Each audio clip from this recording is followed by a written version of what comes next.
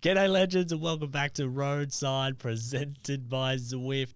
We're coming to you in the new year 2025. Tommy, how is your holiday break going, my man? Oh, mate, it was bloody brilliant. I was in scintillating form, mate. I was moving the ball both ways.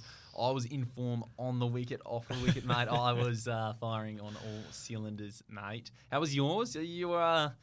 Did you dive into the Christmas ham? You polish off the Chris? Are you through the leftovers already? Nah, leftovers were done, mate. We ate the leftovers at the Boxing Day Scorchers match against the Brisbane Heat at the mighty Optus Stadium, and we smashed those Queenslanders. They're useless at cricket, so it was very, very good. And the holidays are good, mate. We just love it. And look, we're back. We're back for what we've been promising for the last few weeks. We've got our Nationals preview show. This is what we are delivering to you today, and it's brought to you by our friends Zwift and FE Sports. And more importantly, FE Sports, or most importantly, they have delivered a whole box of goodies for our special awards competition for the riders, Tommy, the FE Sports Roadside Champions. Yes, it's been a labour of love. Even better bringing in FE Sports. Mate, how big was the package that got delivered to your house? Eh? Was it two posties? Was it above that weight limit that FE Sports have just sent over to you? Mate, it was so good. You could hear the beeping of the truck as it backed it up down in Basing Street. There was a lot of goodies, and we'll be giving away those prizes and explaining how a little bit later in this episode. But we've got Pirelli on board. We've got 100% and Wera Tools. So big prizes, a big package to give away, and we'll explain a little about that later. Don't forget socials, the Press Room Podcast on IG, Instagram, and of course our full episodes. This one, all of them forever, will be on YouTube, so you can watch us, Tommy. Have you watched us yet on YouTube? No, you couldn't pay me to. The full episode. You were saying you would watch it. I watch you're on the trainer. I do, mate. Watch while on the you're burying yourself on the Zwift bike. Oh. 2 wins in a row, mate, on the Zwift bike. Absolutely. You said we were going to see some content when you had your first win. I'm still building it. I'm waiting on this. Come on, where are you putting it? Oh, okay. Takes a long time to edit, mate, when you're in the box. Too busy playing golf, mate. That's right. Too busy shooting birdies. But okay, Tommy, let's get into the Australian Road Nationals preview right away. All right, Tommy, the Perth Road Nationals. This is the big one. We've been waiting a long time. It was probably the worst kept secret in Australian cycling history. Everybody knew about it. I was getting messages throughout the year. Oh, you know where it is, don't you? I said, I do. I know where it is. But it's been 17 years in Ballarat, which, of course, is 2 hours from Melbourne. Bit cold there. Strange setup, but great course. And now we've got it here in Perth for 3 years running. Yeah, finally, it's on the road. Finally. Take it out of, the one state. Look, yes, you're talking about, where are the majority of cyclists, whatever. It doesn't matter. It's a national sport. Yep. It's a national race. Move it around. You don't own it. It's not Tour Down Under. Tour Down Under used to be outside of South Australia before SA government thought, this is a great event. Let's jump on it. And now Big Bad Basil, with his infinite wisdom and his big schnoz, has just gone, let's pull the trigger on Oz Cycling Nationals. And good on him, City of Perth, the City of Lights. They have jumped on this. And WA Tourism too. They're actually the big backers. They've sort of jumped on the bandwagon. And for a little bit of context, WA has been really pushing for a lot of bike events and events in general to showcase the state. And we've had big events, of course, in 2026. We'll have the World Gravel Championships in Nannup for 7 gravel race. We've had the Masters World Champs in mountain bike in Dwellingup. And WA want to be a little bit like Queensland. It'd like to be an events capital of the world. So it's it's a big deal for us, and we're really keen to show off our state, and the riders as well are keen to show off how good they are. But before we get stuck into our preview, we're previewing everything, by the way, U19s, 23s, elites, all events. For all the travelling riders coming across to the great state, the great West is best, Tom, why don't we give them a little tip first up? For when they arrive, maybe a cafe to go to and maybe a pub. What do you reckon? Oh, I can speak on the second one, maybe not the first one, mate, with a great authority. Well, where's your drop of choice? I would say cafe, community cafe in the CBD. We met up there. Yeah, great location. Great location. Community cafe in the CBD. I could highly recommend Parkside. Parkside. Just slightly north. It's out on Lake Street, mate. Right past it all the time. Is that cafe or Bruos? No. That's cafe, my friend. Okay. But look, a stone's throw away, mate. Right in the centre. Look, it's hard to go past Pika bar near the Central train station on the Northbridge side, mate. Like I live sounds half a K. Okay, we've got the time trial to get into. That's the first events that we will be previewing. We're talking about the route, Tommy. This is a brand new route. The previous one in Ballarat had quite a steep hill in it. This one's a bit more of a smoother, simpler time trial, isn't it? Yeah, it is. Geez, Ballarat was a hard course. This is going to be really difficult. The wind is going to play the biggest factor across the time trial as well as the road race. For the time trial, for context, it's around Rebold Park, which is just west of the city by about 3-4 kilometres. Beautiful, beautiful bit of bushland. It is a wonderful circuit. They actually had the World's Grand Fondo that have been run around this course, and they used this loop for the 2015 Tour of Perth. This is a stage that Guy Karma won. He went on to win by about a minute, and then he actually won the Tour of Perth on that stage, from this stage more or less. The loop itself, 9.8 kilometres, 100 metres, 109 metres of elevation per lap. Yep. But it's all about the conditions, like we said, mate. For those who don't live over here, the weather pattern in Perth is that you start out with an easterly in the morning. You've got about a 30-minute window where you can go to the beach where you're not getting your head blown off. And then you get the sea breeze, the southwesterly rolls in. Now, out of everybody who I know who have been doing simulations, the data, that's right. I've done a little bit of research and it's all trickling back here. This is proper research going into this. I've been told that it is fast with a sea breeze, but slow with an easterly.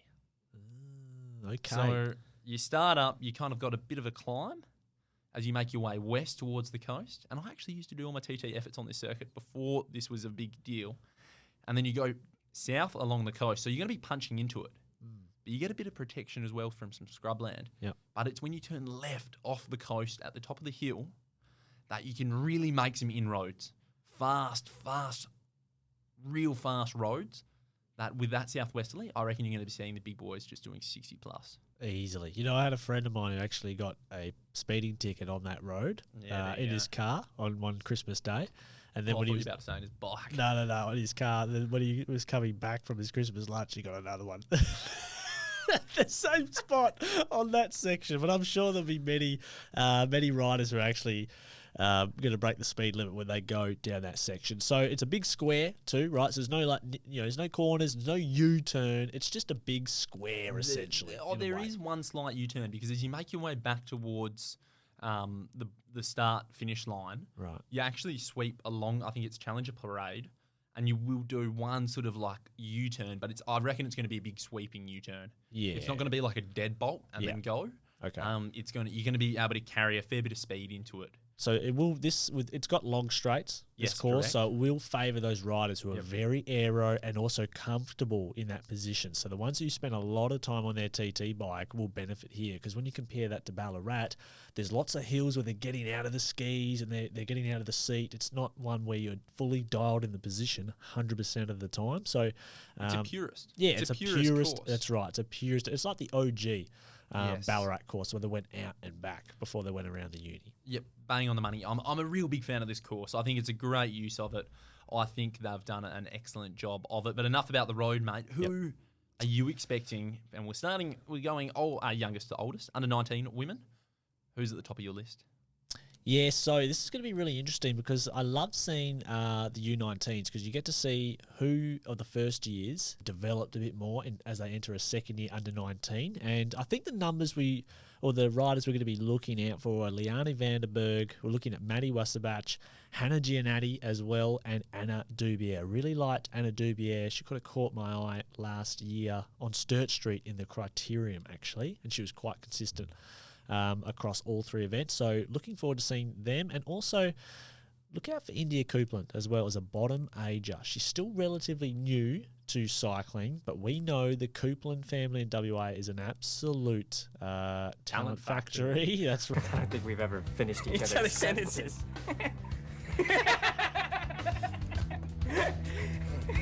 In the males, there's a lot to be looking out for here in the TTs, but Max Gould is one. Everybody knows Max Gould. He's one to watch. Ollie Jurovic as well. Hayden Stevens, really good TT last year. A lot of these were around the top 10, top 5 in the TT in Ballarat last year.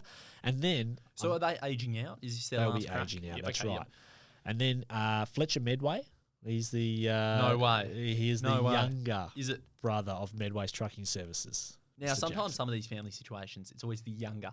The oldest comes through and is just everyone goes, Yes. it's a revelation. It's a second coming of Christ. Yeah. And then the youngest sibling comes along and just leaves Uraj, everybody Peter Sagan. in their way. Yeah. Uraj, he's so shit. So that's right. So it'll be interesting to see how Fletcher goes now. He's a big unit too. Those Medways, I don't know what the dad's feeding them over there at the Medway factory, but looking forward to seeing how he goes. Now, Fletcher's a big unit too. So I like big units. I don't like small, scrawny climbers. I like a bit of meat on the bone. So Fletcher, looking to see how he goes. And Yeah, I like this name. Connor Wright. He was I think he won the road race and the crit, one of the two, at under 17 nationals, and he is a first year under 19. Connor Wright, the mountain biker from down south here in WA, big name to watch. Yeah, huge name. Our local correspondent south of Perth, Eric Melgers, the eccentric man on the microphone who we worked with. Geez, he could not shut up about this bloke. So when we were doing a tour of Margaret River. So, and he is just an exceptional mountain biker, and I think you're going to see those skills, which I love to see juniors who can just come through the mountain biking pathways, the gravel pathways. It just gives them that extra element, that extra dimension at the pro ranks. We've got to get him into road. Stuff the mountain bike. You want to make some money, he's got to get to the road. So I think he's with Giant Shimano, the sort of the number one NTB team for Australia. But it'll be interesting to see how he goes. Look out for those names in the time trial. For me, it's always biggest is best. So I'm really keen to see those bigger riders do well in the TT. Now, in the under-23, Tom, starting with the women's competition, and I'm going to drag on about this for the entire episode, the women's under-23 crop of talent is unbelievable. In 5 to 10 years' time in the World Tour, many of these names, and there's a few more added in the road race list later, which we'll chat about, many of these names will be in the World Tour, and I think quite a few of them will be dominators. Now, in the females, the under-23s, the 1-2, the easy selection of the top two you would be thinking is Felicity Wilson-Hafferton and Mackenzie Coupland. Yeah, low-hanging fruit. That's right. To pick off. Yeah, former Felicity TT winners. Trek, that's right. She's Lidl Trek, and Mackenzie Coupland, the Liverlula Jayco Dev team. They've gone 1-2 in everything they do on nationals, and they're great friends as well. So those two are the easy ones. But Talia Appleton. Yeah, I don't know that name. Come on, give me some. From Mansfield, beautiful hills area down there, beautiful family too, the Mighty Appletons. She's a freak show. She's also she's a year younger, and she is the one that's really developed a lot in the last 18 months, and she is a freak show. So look out to see how she goes in the TT, more specifically the road race. And then, Tommy, we've got Sophia Salmons, the WA youngster. Mate, she is moving. Yep. I was out riding with the crew on Saturday. We were out doing some hill reps. Yes, I was actually caught doing a few hill reps, mate. First time in about 6 years. Sophie was absolutely moving. Absolutely moving. She so lives hanging on the that curtails bike of too. some of the elite fellas over here. Yep. And she's been one of the individuals who have been going out doing simulations on this course. So she is leaving no stone unturned. She's rocking the Bridge Lane outfit next year. So, getting the right materials, the right resources. Yeah. Pat Shaw, obviously, with the knowledge, there as well. He swoops on. I'm really excited to see what she can do. Really excited from the Perth local standing point. But the other names, though, as well, mate, who aren't just coming over here to make up the numbers. Oh, God, no. You got Lauren Bates there. You got Kira Will, Hayley Fuller, Lily Pollack there. Massive, massive names. Sophia, for this particular one, the TT is her main event. She's still not super comfortable in bunches, and she knows that. Her competitors know that. But at the TT, she lives on that bike. And that's key, and that, like we just mentioned earlier, for this course, it favours those who live on the TT bike. No, it absolutely does. Geez, it's going to be a cracking. The under-23, I think, is one of... we all love the elites, don't get me wrong. Yeah. The under-23... I think is just so interesting. You get to see how people age through the categories, and yet you see some really good rides in, the road race and yada, yada, yada. Yeah. But the people who excel in the time trial in the under-23, they go to World Tour and they tend to stay there. Yep, 100%. On the male side in the under-23, the road race and the crit is hectic for the under-23 men's. But I think for the TTs, we're going to be looking at Zach Marriage, Fergus Browning, and Will Holmes. Those should be the top three, I would have thought. Who wins it out of those? I would say Holmes. He's pretty fast.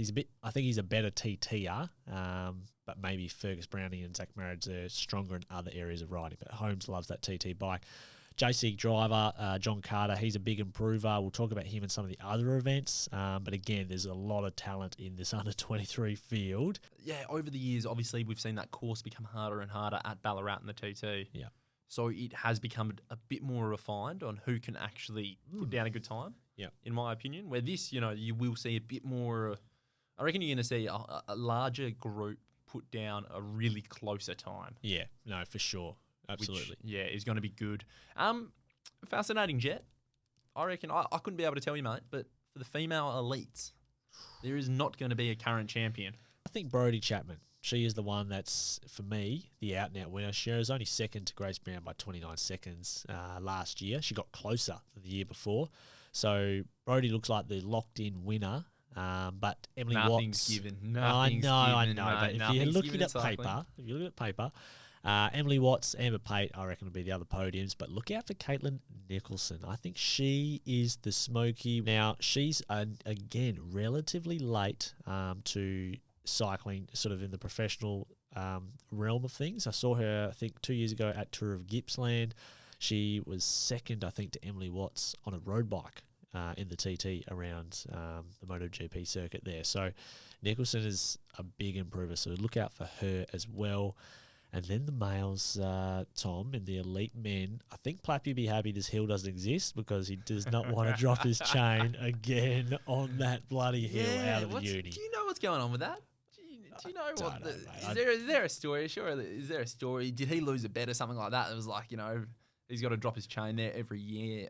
No, I don't know, mate. I don't know. It actually reminds me, Jackson Medway, who won under 23 last year, his bars came loose. His skis came loose in the last 5Ks. So he rode the last 5Ks on the base bars because his skis were like coming loose, and he still moosed everyone in his first. Yeah, that's because he's a big unit, isn't he? He's a big boy.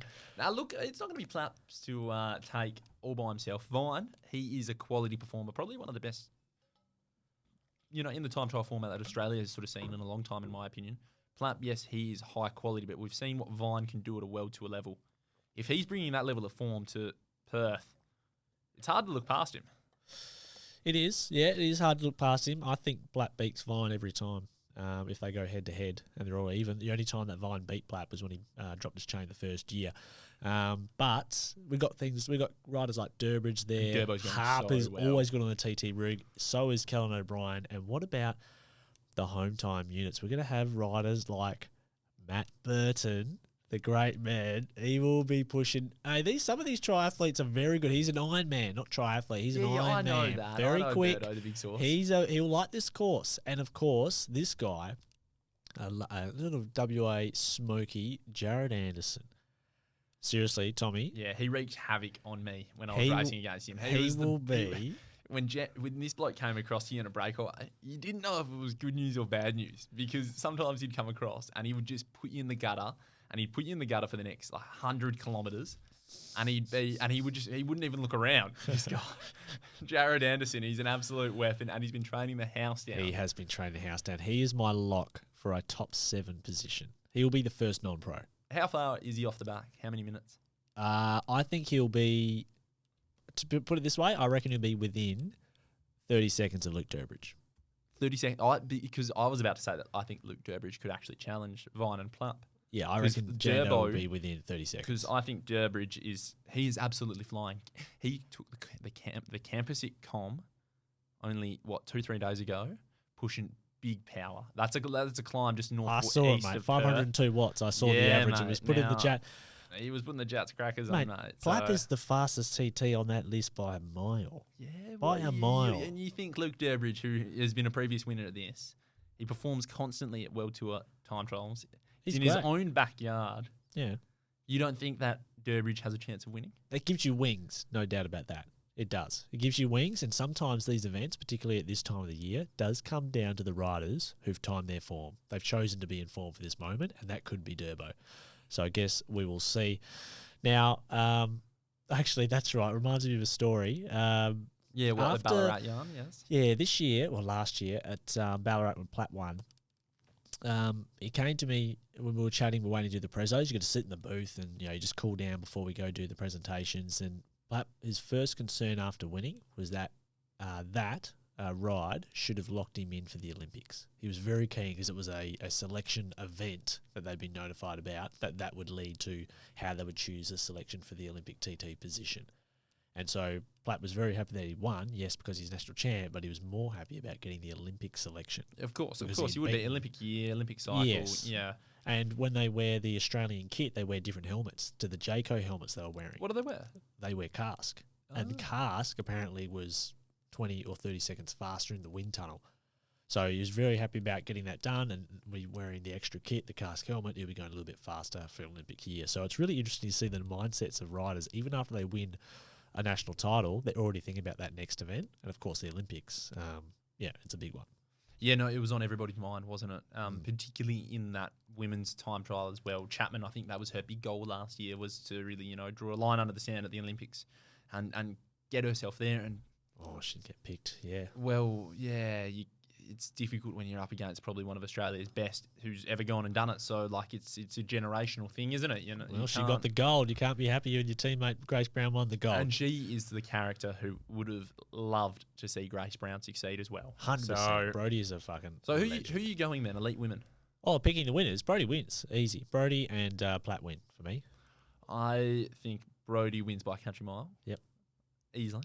And I think Durbridge dials back the clock. I think he dials back the clock, 2019, the last time he won it, because Freeberg won the road race that year. You're going to be slaving away under the sun at Rebold, and I'm going to be there. Your phone's going to be blowing up when I'm calling you. I'm going to be abusing you because the Turbo gets it done. Okay. They call me the Oracle, mate. They call me the Oracle, and it's never right.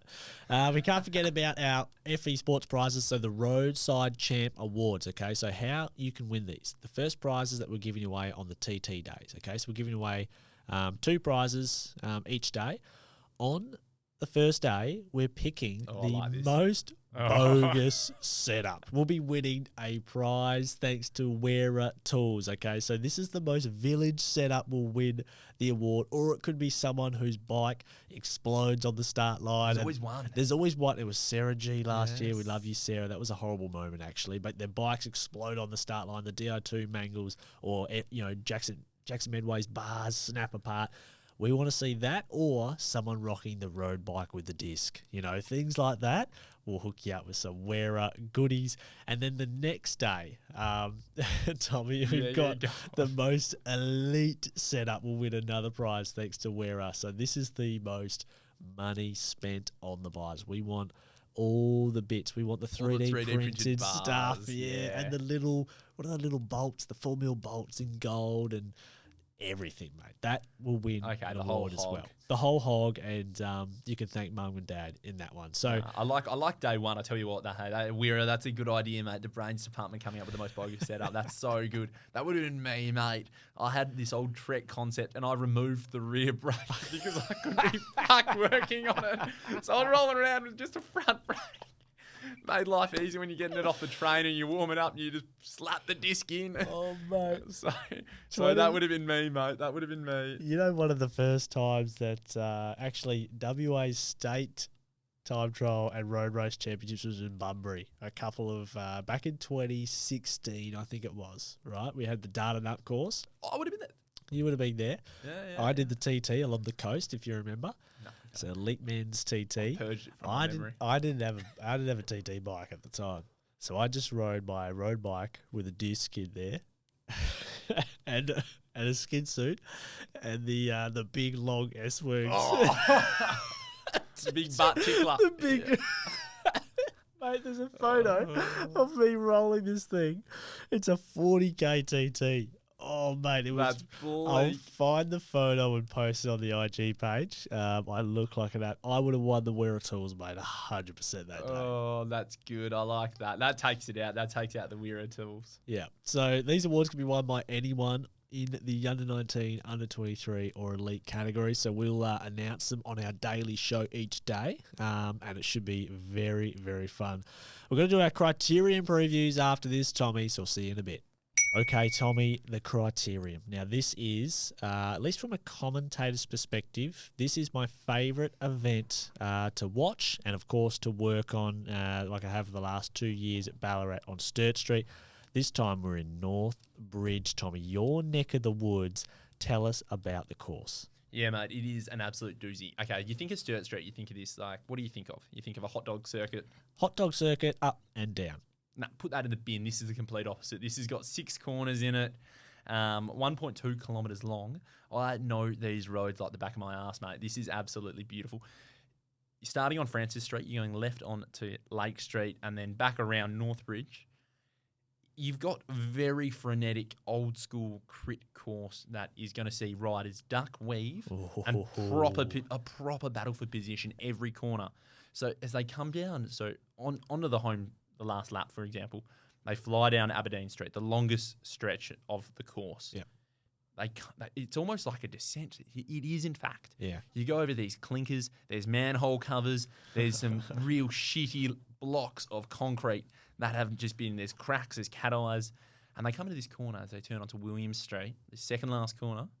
There's an island in the middle.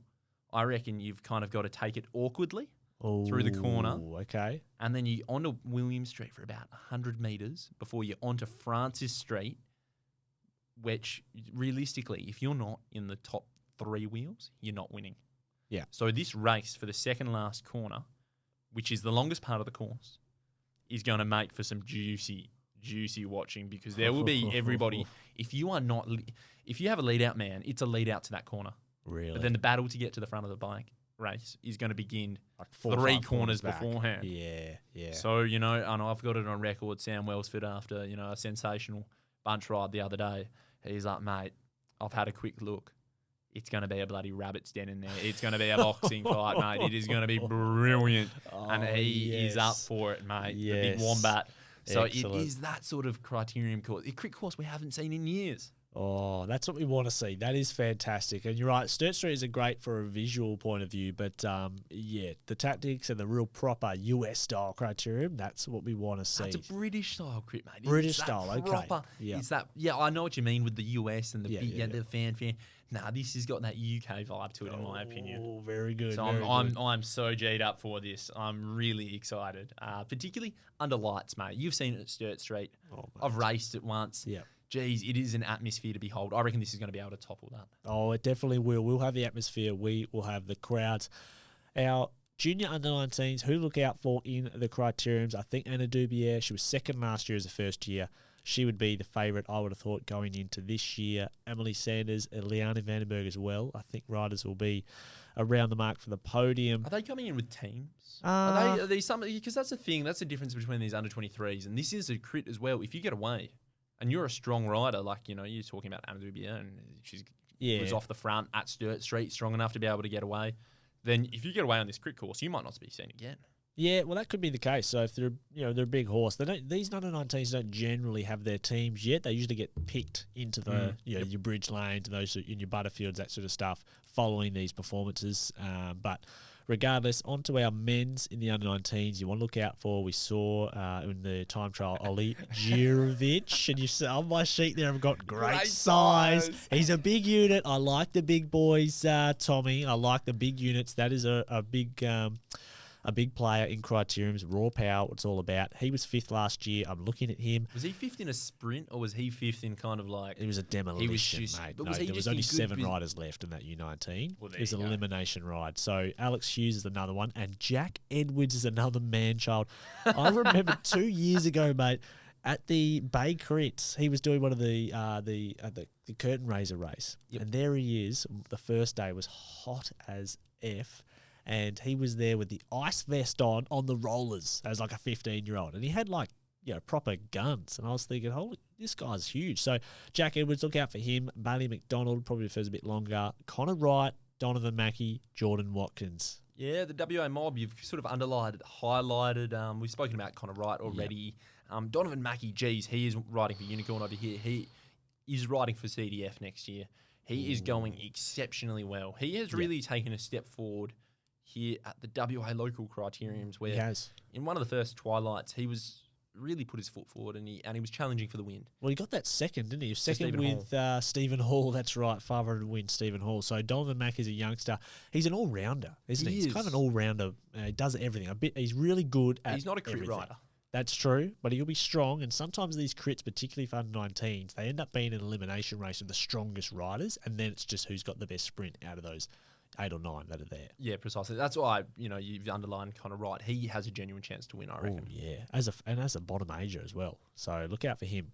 It's going to be a long couple of years if someone imagine you're mid under 23 and then some young kid just comes through. You go, oh, this is the next year's a ride off. I'm going to come over here again. This bloke's going to clean up.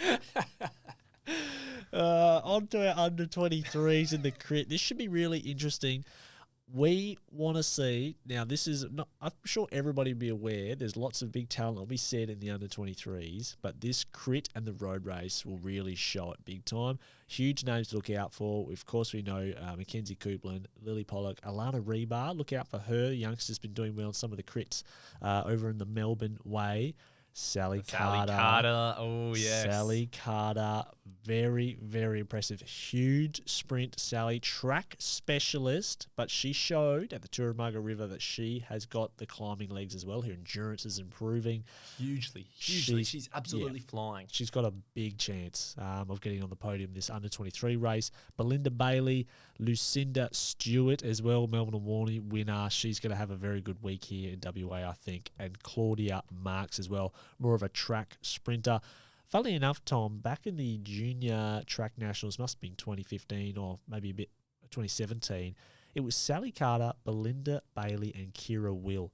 They podiumed every track event at the Nationals. They have a little cup going, they a little chop going, eh? Little handshake off, agreement. Right, and they took them all, and it's funny to see them now. They're all at the top echelon, but you like Sally for this race, don't you, Tom? Hugely. After seeing what she's been doing on the boards as well as around here in Perth, she hasn't just been rolling in these crits against some of the elite women. She has been racing it aggressively. Oh, yeah. But tactically, she's been so astute. She knows she's the fastest.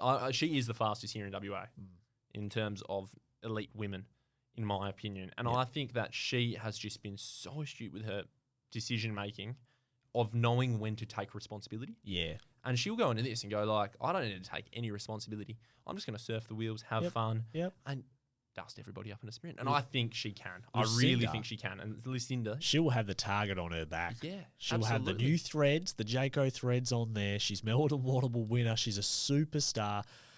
She will have the big target on her back. Of course, Matt Coupland as well, under 19 national champ a couple of years ago. But Sally Carter, she could be the one that starts the under 23 Carter collection. Because we will talk, because that's going to be very interesting. In the men's, Tommy, okay, now in the men's, it is without a doubt John Carter, the JC driver, is the most dangerous man in the peloton. He is the most dangerous man in the peloton. It is a huge field in under 23s, but Carter has shown to me, we did it in Asia earlier this year, he did. But what I've seen from this crit season, some of the numbers have been sharing with me, incredible. He was third last year, which was amazing. It was an amazing fight back. He's like a Terminator. He's gone up another level this year. He's got 1,700 watts under the hood, Tommy, and he can do it at the end of a feral race. He's the favourite in the men's. I don't know. I can't even counter that, because he's the favourite in the men's by a country mile. JC driver, Sally, Tommy. He is ice cold as well. The only way you think John Carter loses this race, and that's a big statement as well, to be so sure that he's going to win. Oh yeah, is that he's got to be caught on the back foot, but he's got good teammates and he's got good friends. Jack Dola is now with Cachet. Mm-hmm. Yes, so he's got very good friends who I dare say would be willing to sacrifice their own race for John. So, or at least race it really aggressively and race it on the front foot. Well, I think what makes John so good, the JC driver, and a lot of the East Coasters won't maybe not know all about JC. Did you announce his presence at Ballarat last year? Are you prattling on about it, mate? I was going on and on and on, and Katie Bates and Macca and Pat up on the stage. They were like, I told them all week, I said, look out for this guy. And what he did in the Criterium was amazing. He has gone to another level. And he's a proper racist. So I'm not even going to write anyone else down in there. That's just how I feel about it. Actually, I did write one other name. You did, you have. Yeah, we can't be this. We're not going to talk about one name. You know what I like, man. I pick my riders and I put my whole house on them. But look out for Oscar Gallagher. Bottom Manger. Mm-hmm. He's a Victorian. He rides under the wings of Brenton Jones, one of the great sprinters and Criterium races in Australia. He's riding for, he's ridden for the Australian on the track team, but he's riding for Keystone Tech, Crane Tech Racing. He is a animal in a Criterium. He is a proper feral white line fever animal in sort the of Plowright levels. 100%. When he was coming through the ranks, mate, exact same. He's a Plowright. He's a Brenton Jones. He has no fear. You would not box on with him for the last corner. So look out for him as a bottom manger. I expect to see him, in the mix for the final corner if it does come down to that, but I don't think it will. Oh, our prizes. Yes. Now I want to know what are they, we're talking about one bloke who's already claimed the under 23. We're going to be supporting under 19, under 23 men's and women's with 100%. That's right. We've got 100% sunnies to give away, and we opened them up the other day, didn't we? I removed them from the doily. I didn't want to touch them. I did actually unbox one of them because I wanted to see how they look. They were I can't remember what they're called. They're the nice Speedcrafts, those lightweight versions. They are beautiful. We've got a couple of pairs of those to give away and a cool hat. So to win an under 19 or under 23 men's and women's, we have 100% to give away. We'll give away one pair to the women's, one pair to the men's side as well. It's the highest finisher who is wearing 100%. And I'll tell you what, having a good pair of sunnies on this crit course is actually going to be really key. Yeah. Sun's going to be sort of dipping between buildings at around the time that they're going to be on the track. Yeah. And having a good set of gogs from 100% would actually make the world of difference. I can vouch on this. I ride around at this course at night, mate. I'm there at early morning as well, getting home after a big night on the gas. And then I know the potholes, but if you do not know where the potholes are, you got to be able to pick them out.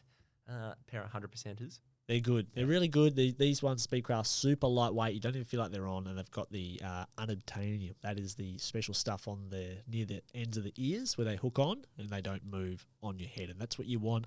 So I don't move on your head, your big head. That's right, mate. This head, I can only just fit the metal thing over my head.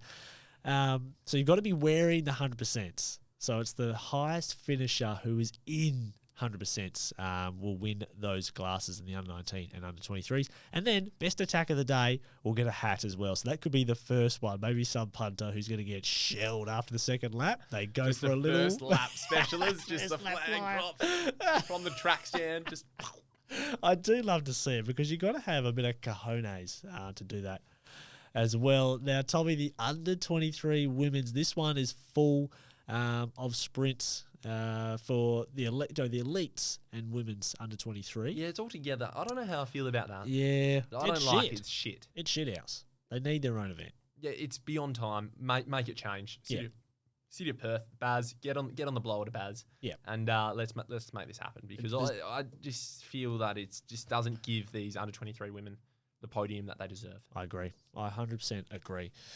Lots of sprinters in this race, the women's and under 23 elites. We've got Alex Manley, Keely Bennett, O'Day Lynch, Maeve Plouffe, Ruby Roseman Gannon, of course, Lucy Fitches, look out for her, and Isla Carr. Those are the main names in a really stacked field, and I think this is a proper sprint. It is. It's hard to go past Manley, though, isn't it? Top of the pecking order. I like she's in the new team. It's just hard. I almost forgot when I saw a post the other day. AG Insurance. It was weird, isn't it? It's just weird. She's been with Jayco the whole time. She's been with Ruby for a long time. She's been the lead out for Ruby a lot. At Nationals, she was in that final group with Ruby the year before.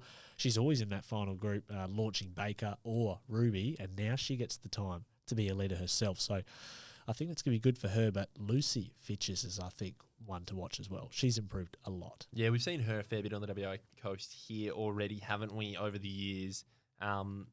She's an absolute mover, hey. She's absolutely flying. Hard to look past as well locally, Isla Carr. Yep. She is on the Wace track books here alongside Sally Carter as well. They're the same sort of age there. She's slightly older. She's going to have a couple of girls around her as well to be able to support her at this race, because you will need a couple of friends in the pillow when you don't have that big name authority to just slide down maybe the inside corridor or move up into a corner or something like that. On this course, you will need to have a few mates to help out. And that's what's sort of been the case as well for a lot, on the East Coast, is when you bring your whole squad, it's kind of been reversed a little bit here, and we're going to see that more in the road race later on.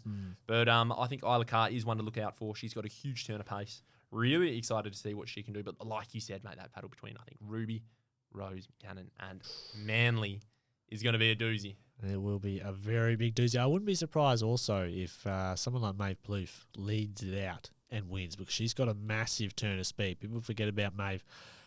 So I'm keen to see how she goes as well in the women's Elite Criterium. Now the men's, Tommy. I've written a few notes down in here. What do you think about those notes? Yeah, they're good notes, but it's all low-hanging fruit, isn't it, mate? I like how you put Stephen Hall, the WA underdog.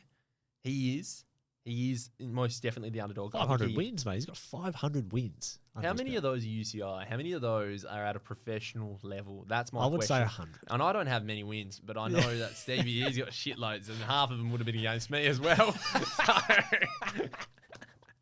He's a good racer. He was a former professional on the track side of things, but in the men's, Welsford is the favourite. He's the hometown hero. He's one of the fastest sprinters in the world, let alone in old WA.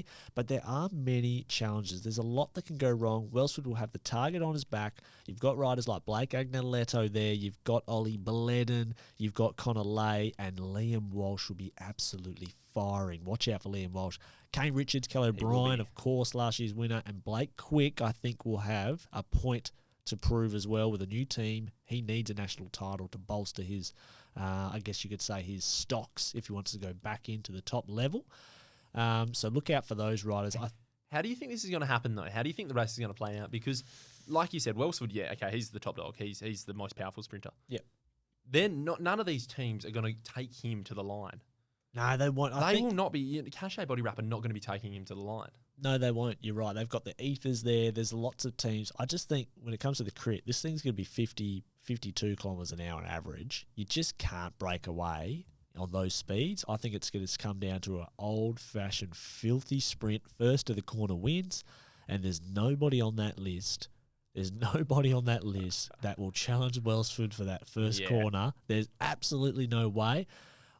I think Blake Quick is one who will be really motivated. I'm keen to see what shape he rocks up in for the Aussie summer, and not in the Jayco kit. I think he'll have a point to prove. He will, for sure. A little bit of a chip on the shoulder. From what I've heard, Blake Quick is one of the most talented riders in the Australian men's setup.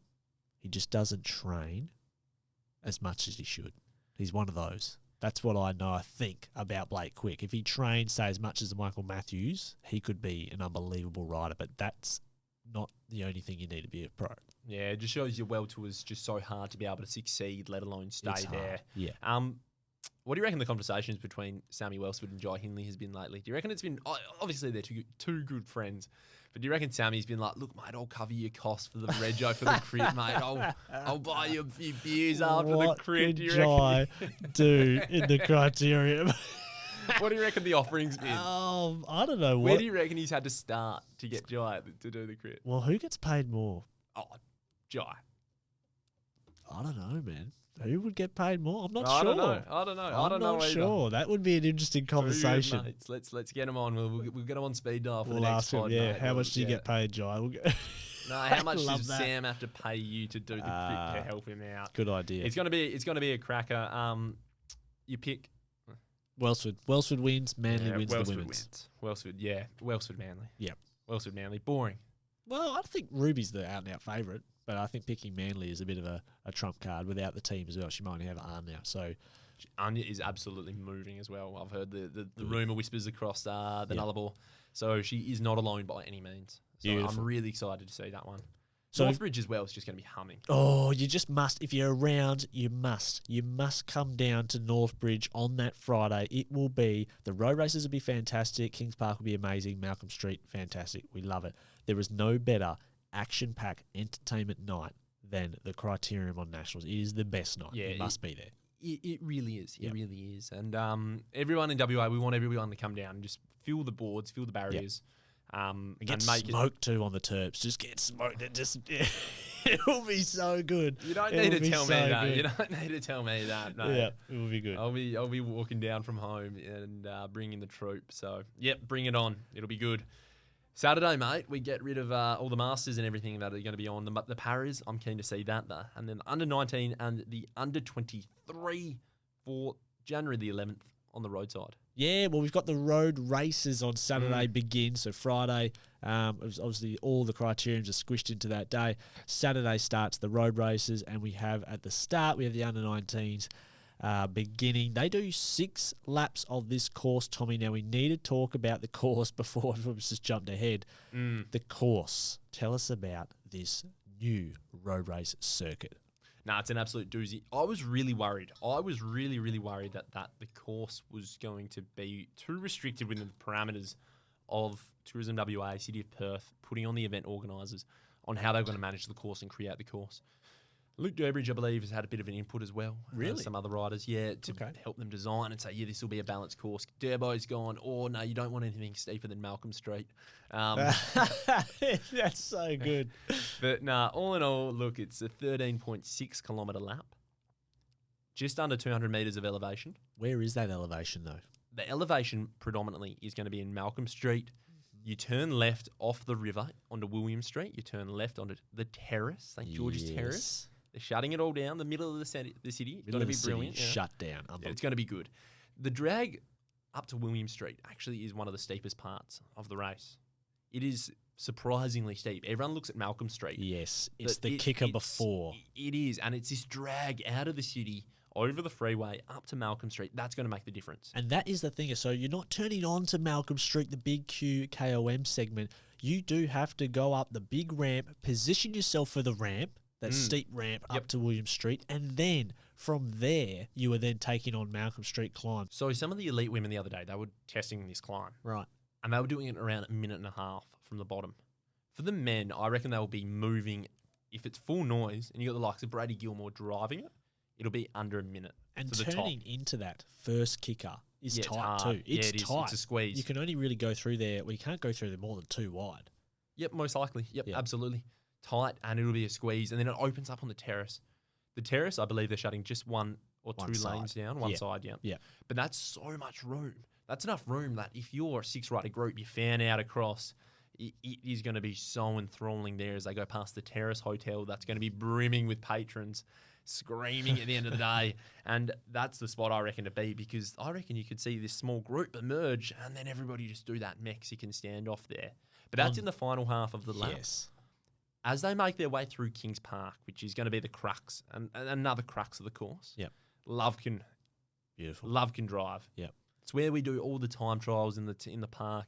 It's got this sort of, I don't know, couple of minute, 2 to 3 minute sort of climb that takes you up to the top.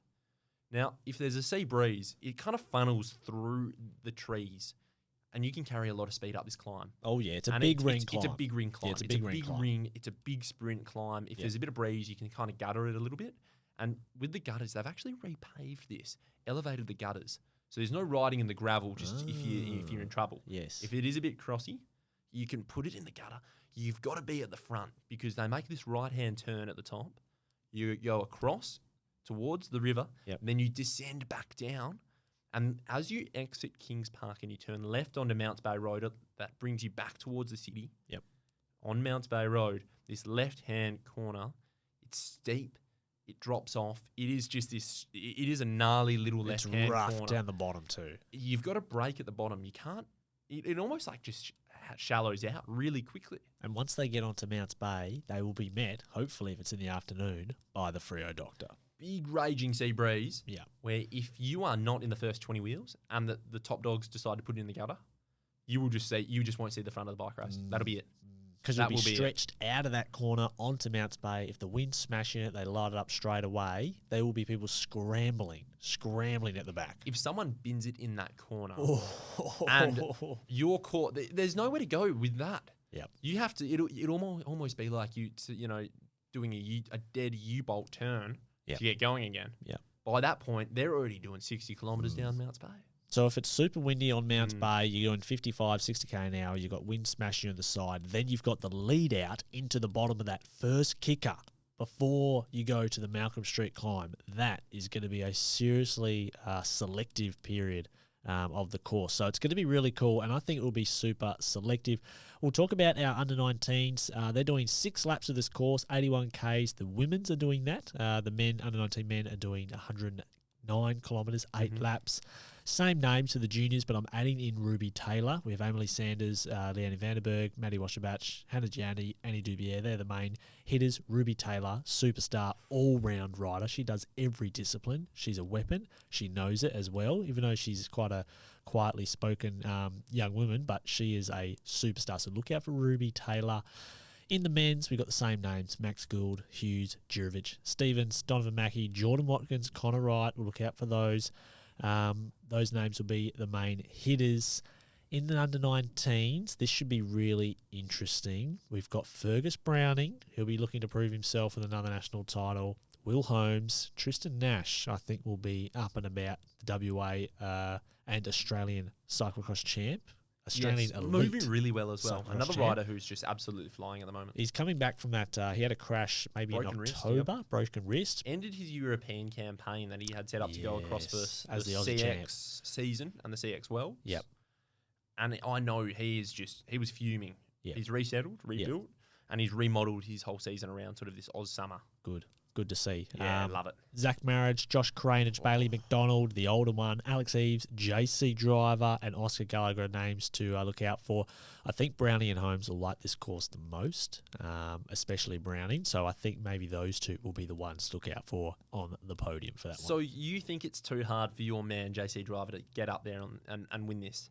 I'm of the religion of JC Driver, but I just don't think this course is his bread and butter. It's 1 minute efforts. It's perfect for him. It is, but there's Malcolm Street's pretty steep. If you're doing it 10 or 8 or 9 10 times as they are, the under 23 is doing 136 Ks, 10 laps. I think Browning likes that hill more than JC Driver, and that makes a difference because there's about 30 kilos difference between the two of them. Seriously, it's about JC Driver's a unit and Browning is tiny. No, I can't. I reckon that the weight thing is not going to be an issue. Really? I just think that it's just pure power on this course.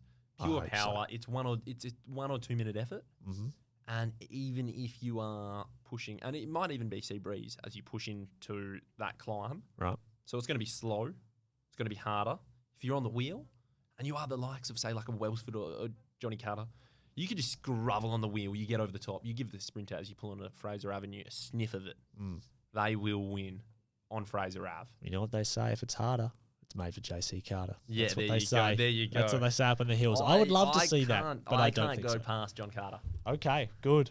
Good. I would love to see that. I can't believe you're not backing him. I'm backing him for the crit. You'll be banished by the family. No, not at all. Not at all. Okay, got to go across to the elites, women's and men's after this. Tommy, I'm going to tell you how the Zwift racing score and the grades work on Zwift. Okay, so they changed the racing setup on Zwift because you used to be able to choose your grades. You could self-select D grade, C, B, A, and I think they had A+. No. So back when I was riding, I would maybe ride around A, and you would, to compete, you need to be at least 4.5 watts per kilo. That's kind of where you need to be at. To win, you need to be hitting your 4.8s plus, right? But some riders who do well in A grade, maybe do 4.3 watts per kilo, they're strong, they would race in B grade. And there was no stopping anyone who was really good sandbagging. And that kind there's no police. There's no Zwift police. Not really. Like, you had to have a power meter that was registered. You had to have a heart rate monitor to get your results finalised. Yeah, okay. But there was no one stopping someone in A grade just racing in B and sandbagging. Sometimes when you rocked up to a race and you saw these people in there with their with their power, you could see their stats, and you're like, man, that sucks because it ruins the race. They just ride away. They're too strong. You can't beat them. But now racers, Zwift, have listened to the competitors, its community, and they've created the Zwift racing score. So now you get a Zwift racing score based on your results, your training, and every ride you do on Zwift. Not just it could be anything, a riding along, could be a workout, could be a group ride, an event, or a race, and all of that data gets, the world of data now, it's so good, gets compiled into a racing score of 0 to 1,000. And then the grades are, say, 0 to 200, 200 to 400, etc. If your score is in between those, you can race in those grades, but you can't be a 999 and race in the racing score category between 200 and 400. So you can't sandbag. I like this. This is a lot more technical than me just belittling someone for winning B grade and that's and right. me just saying up you go and just giving them the big send off. If you haven't raced for a while, your score starts to go down. So then you've kind of got to build it back up. So that's me, and I've been on the up and up. I've won 2 races in a row on my Zwift ride, Tommy. I'm feeling very good about myself, but now my score is starting to rise. Are you moving up a grade? I have to go. I've been up 2 now, so I've gone up. What grade you? I don't know what it is. I'm 359. You know what it is. 359. So I'm in 359 to I think it's 600. I think I can still comfortably win in that grade, and then maybe I'll get a couple of races in that, and then my score will go up and again, and it's a good way to filter out and make it fair. So Zwift they do it well, don't they? They listen to their community, mate, and it's the Zwift ride. Oh, Megan was on it today. Easy for her. She changes the settings on the seat. It's all little Allen keys, just like a magnetic thing, isn't it? Underneath it is. You got the letters on there. You can choose A to Z or your sizing. It's really well done. The Zwift ride is fantastic, and my racing score, Tommy, it's going up. Super Sunday, Tom, the final, okay? Super Sunday. We love this because the women's race is now the final race. I really like they've done this.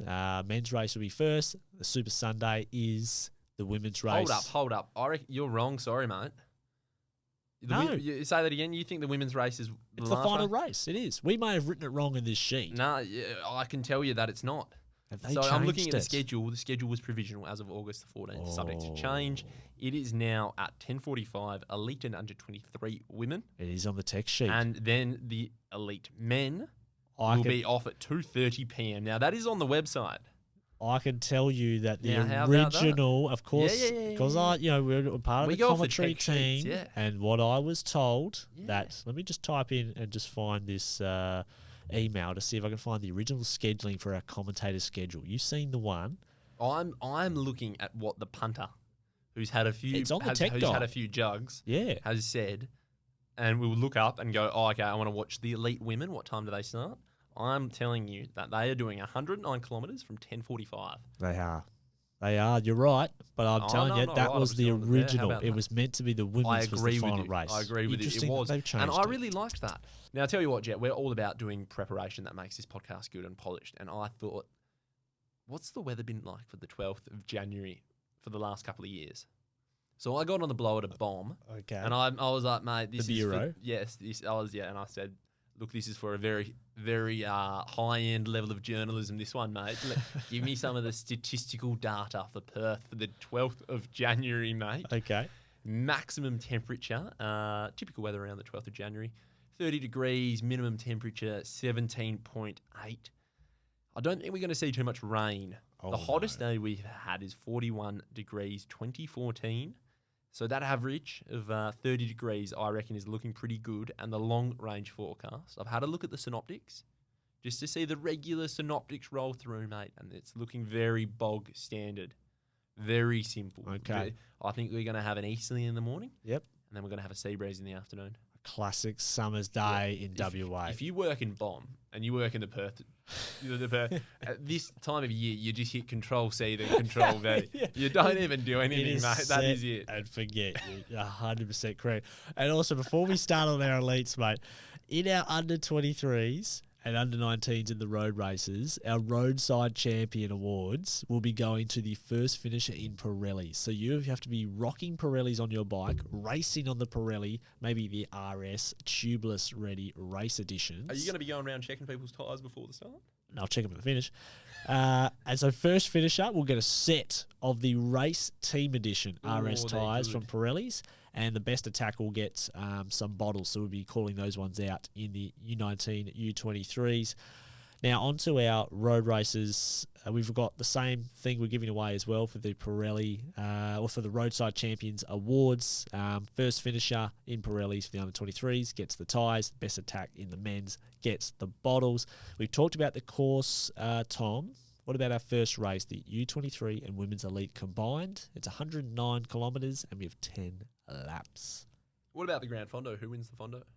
Oh, God. There's like 25 grades, the Grand Fondo. I like the idea of the Grand Fondo, but if you have to work on the stage commentating it, there's a lot of races, and that's fun because there's so many sprints because all the grades, but it's the presentations. They drag on forever. Yeah, God forbid you get the names wrong as well, mate. God forbid they tell you about it straight away. They tell you about it wrong. You get someone from like Thailand winning, you just don't know how to say their name. I try and ask them. It's really hard. So anyway, we've got the under-23s and the bloody elites. Yeah, we got some proper stuff to talk about. Huge challenge. It's stacked, mate, isn't it?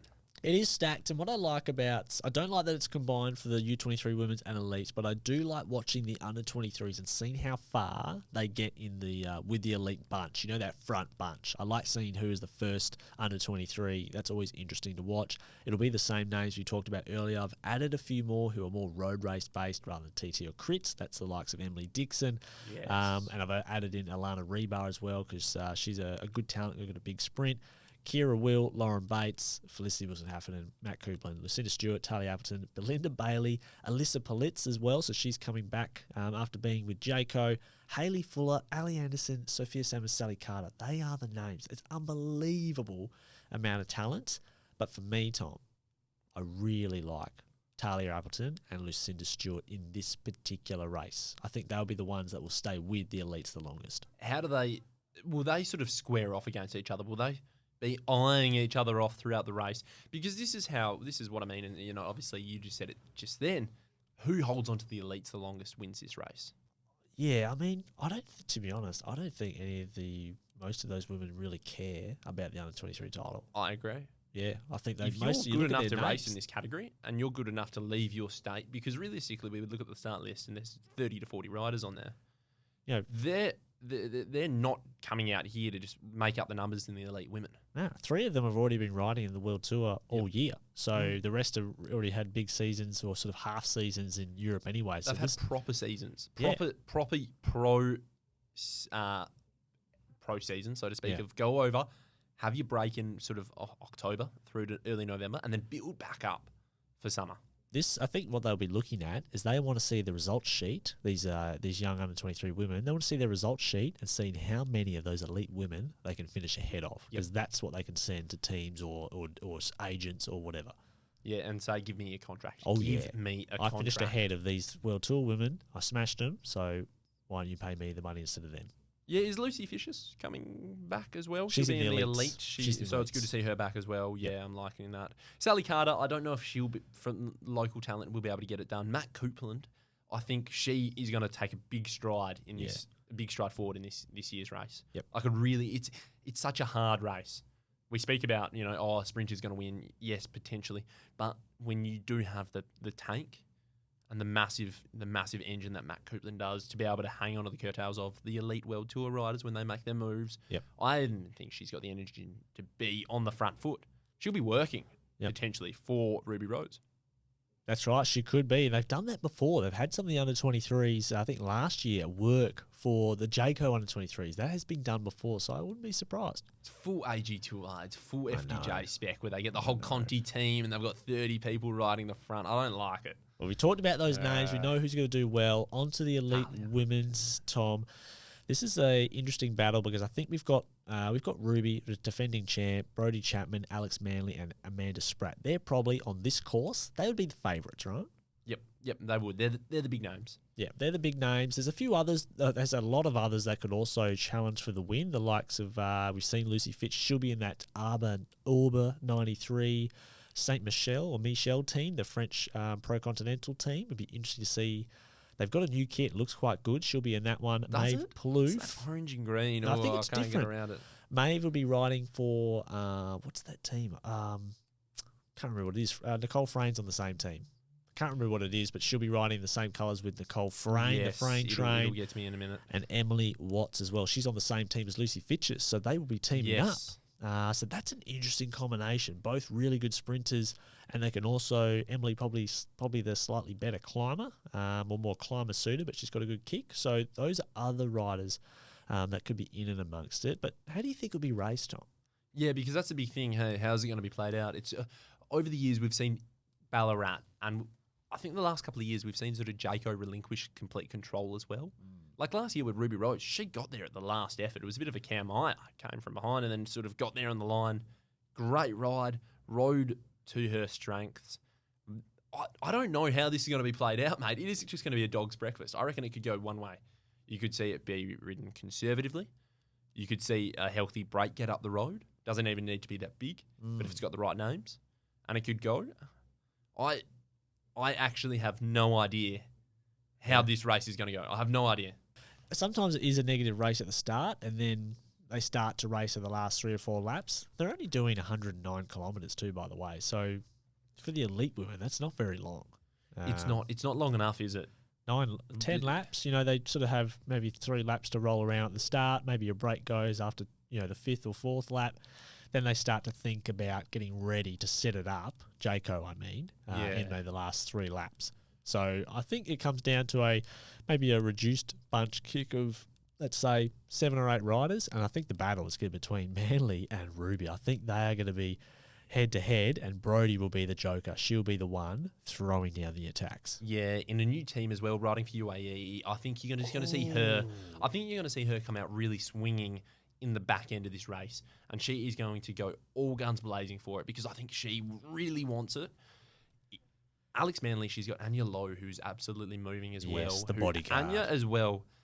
She is well within her own right as well to have a crack and try and win this race, and I think that benefits Manley. If Anya gets up the road and isn't really playing that foil, but if she's up there, that takes the onus on her to just follow the wheels. If she's with the right people, yes, she can be the one. So that's a nice team up there from Anya and Alex Manley. I think Alex Manley's going to win. I like her this season. I think this is going to be a huge year for Alex, and I think she gets the win over Ruby this year. I think she likes Malcolm Street more than Ruby.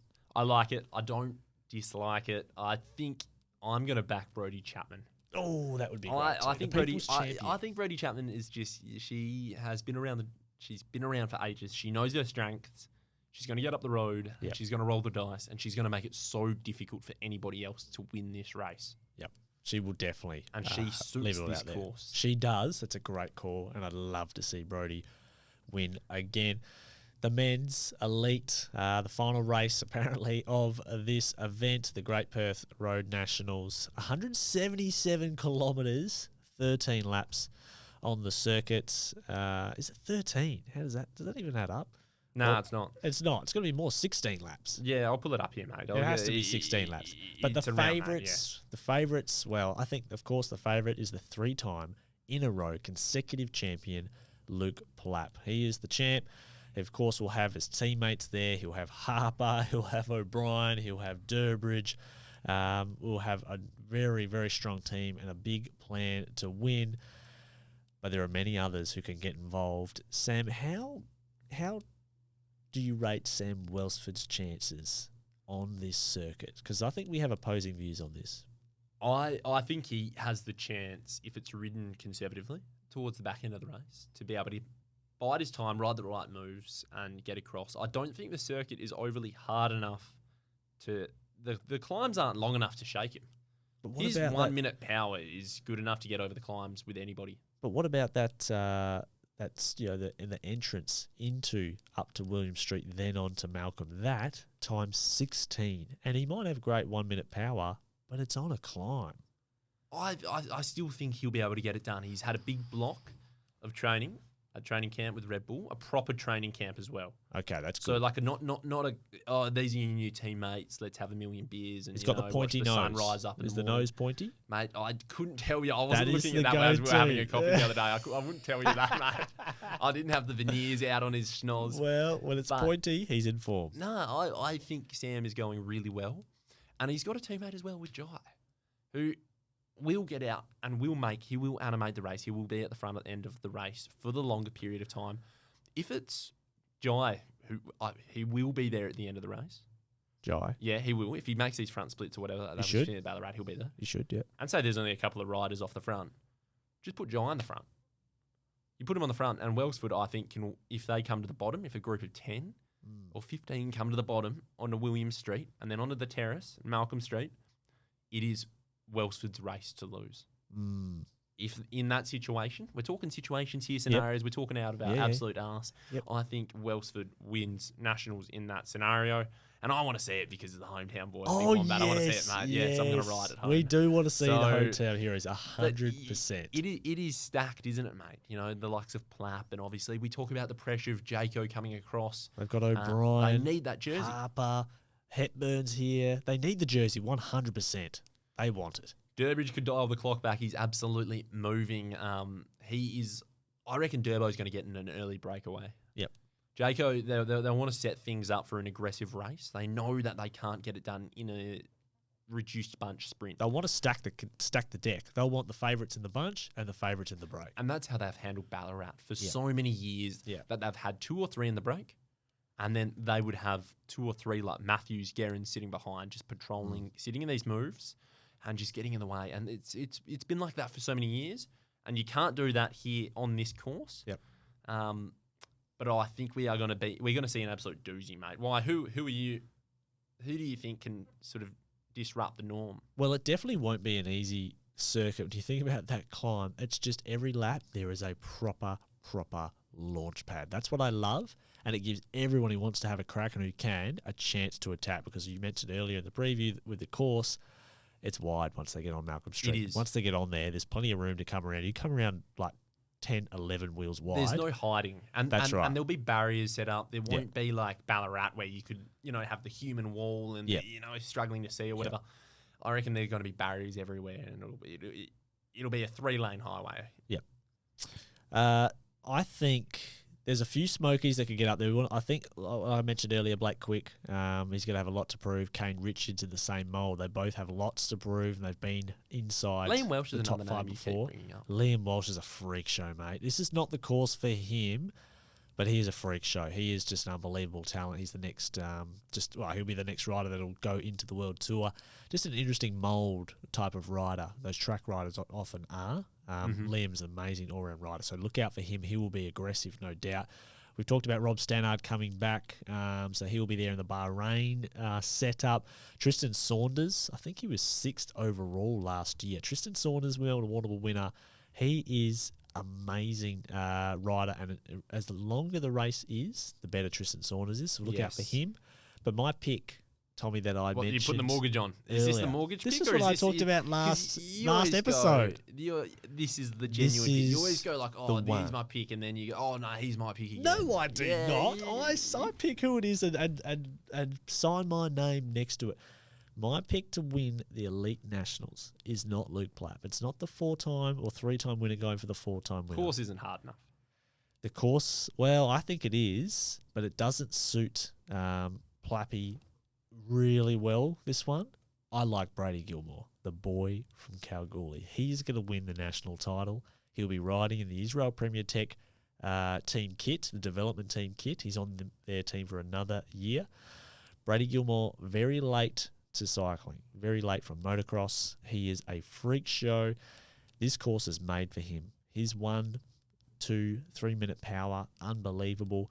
Trains the house down, and I think he's going to win. And I think it's a big outside pick, but I really believe in what he can do, and I'm very keen to see it. You think the boy from Kalgoorlie is going to get it done? I bloody hope so, because that would be an absolute story. He's been tearing everyone's legs off locally. He's been striking the fear of God into everybody locally. Can he do it at this stage? And does he have any teammates yet? He won't have any teammates, but he's getting a lot of help from Simon Clark. So Simon Clark, of course, rides for Israel Premier Tech, and he's been helping Brady out quite a lot because he hasn't got his new team bike. He hasn't got his new team kit yet, and he's actually had to borrow a set of wheels from Clarkie and a few bits and pieces. So he's been helping him out. Good to see the man, the veteran, Simon Clark. It is, and I'll explain for those of you who haven't seen Brady Gilmore's stats. He's been riding for the Israel Premier Tech Academy since this year as a stagiaire. Halfway through the year, he actually did his collarbone in a crash, right? And he was the Oceania champion the year before. But he managed to get himself into form, right, in the back end of the year, and his big push for this form when he was doing his racing got him his contract for the following year.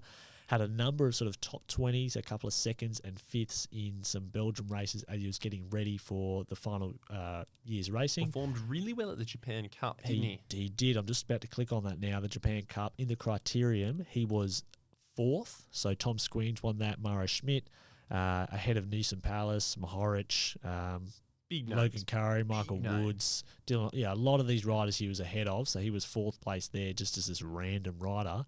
And then that was just the Criterium. In the road race, he was 13th. Now, look at these names he's around. Powless won, Van Wilder was 2nd, Mohoric, Woods, Murray van Sevenon, Axel Zingel, Tom Squange. He was sitting just behind Jakob Fultang in 12th place, Brady Gilmore. So he is a really, really strong rider, and he'll like this course. And that day out, he wasn't even riding for himself. He was riding for Woods. I remember seeing the footage. He did the turn. He was the bloke who was doing the last turn up these climbs and just absolutely opening the back door and just dropping everybody out the rear end. He was devastating the bunch. And then he got himself over the climbs to do it again the next lap and driving on the way on the downhill. Yeah. So he has sort of simmered that form. You can always sort of simmer the form, keep the form. You can't chase. You don't want to be chasing the form. That's right. And for Gilmore, I don't want to say he needs this, but he really wants this national champs. He gets this, and it's going to open some doors for him. 100%. So he's going all in for it. He's absolutely moving. He's got all the sort of the assets. I agree with you. I think he's a great chance to win, but I don't think he will. I think Kell O'Brien gets it done. Ooh. It's hard to go past Kell O'Brien, the tall Victorian. He's off the boards. He's going to be building up to a big year. He's with Jayco. They've got the firepower. I just see Kello getting on the right side of the stacked deck that Jayco will play. I like it. And I can just see him getting in a move that has like Plucky be happy to see Kel win too. And then I could just see one of those two just dropping the hammer, opening up the gap, and then Kel's just sort of got a few other riders to deal with. I could really see that happening. On a local front, I want to give a big shout out. There's a few names. Mate, okay. Perth has been absolutely just training the house down. It's like Tour de France is fucking coming down. It is. People are in form over here. Mate. And they're good names. Seb Barrett. He's absolutely moving at the moment. And Guy Karma, winner of the 2015 Tour of Perth. He will be good. These two blokes out of Perth, it's realistically, when there's ever been a bunch here or whatever, or a race locally, it's been these two and Brady Gilmore. So they're there or thereabouts. Brady just has that filthy 1 to 2 minute power that just suits the course to perfection. Yes. That I think the course. That's why I'm picking Brady, because of the course. But we've talked about suits him. You don't think the course is hard enough, or you think the course is a lot harder than what I think it is. I think the course is harder than you think it is. Yeah. I've got to agree with you to a certain period. I think the course is the right level of difficulty that it will show if you have not done the load. As well as the intensity coming into this race, you will not be in the finale. The intensity. So is a big one. it's not like Ballarat where you can go out and you've got to really train the house down, and it suits a particular type of climber, like Harper or something like that. It doesn't suit an O'Connor or a Hindley. It suits a Harper or a Plapp. Where I think this, for those punchers and the rouleurs, I think it leans more to the rouleurs and the sprinters ever so slightly, and I think you're going to see the likes of Welsford and, jump across the gaps and be in those moves and be really savvy with their decision-making to navigate the climb every time. But I don't think the climb is hard enough to weed out the sprinters.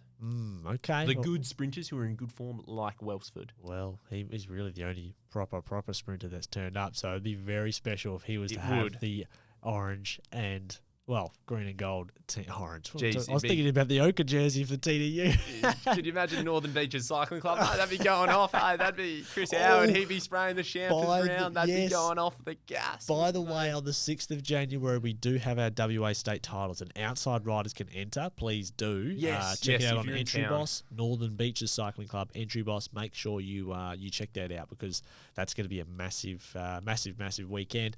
But we've got our mortgage picks, actually, the ones we're laying down the law on, Tommy, right after this. Okay, Tom, before we wrap up our Nationals preview, thanks to FE Sports and Zwift, we need to put our money where our mouths are. Now, I have coined the mortgage pick since the very first time I commentated at Road Nationals when I said I would put the mortgage on a certain rider. Now, I didn't always win the mortgage, but sometimes I did. You just ended up putting Megan on the street. That's right. Some savage punting, yes. This is our roadside mortgage picks where we put our mortgage on a rider or two.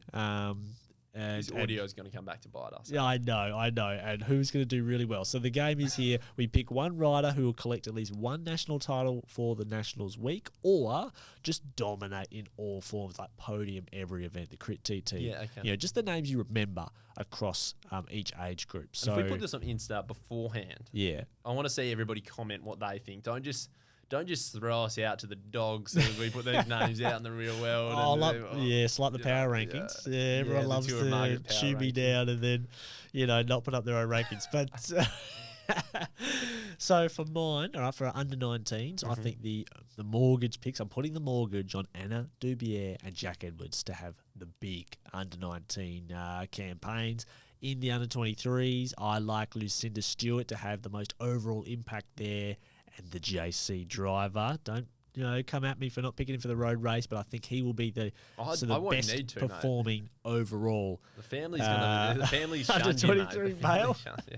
And then the elites, I think it's Alex Manley and Brady Gilmore. That will be the Manley and Gilmore show, Tommy. Hard to go past. Yeah, that's a good lineup. That's a healthy lineup. There's some safe bets in there, mate. Look, for the under 19, I've gone Hannah Giannatti. Oh, yeah. She's just coming to the right age at that under 19s. I'm really excited to see what she can produce. I've gone locally. I'll go local. Why the hell not? Donovan Mackey. He's over here in Perth. He's going to be racing with CDF. He's been under the wing there at Unicorn with Guy Kalmer, and he's been learning the tricks of the trade. Good to know. He's in scintillating form on the road bike. Really excited to see what he can do, particularly on Saturday around that road race circuit. It's an all-family affair for me for the under-23, Sally and John Carter. I think the Carter show. Look, Sally is she's moving, and she's been learning from some of the best as well along the way since she's had sort of that step up, as well as sort of Isla Carr as well in that under-23, learning from Maeve Plouffe, riding with some of the senior riders in the Australian track team.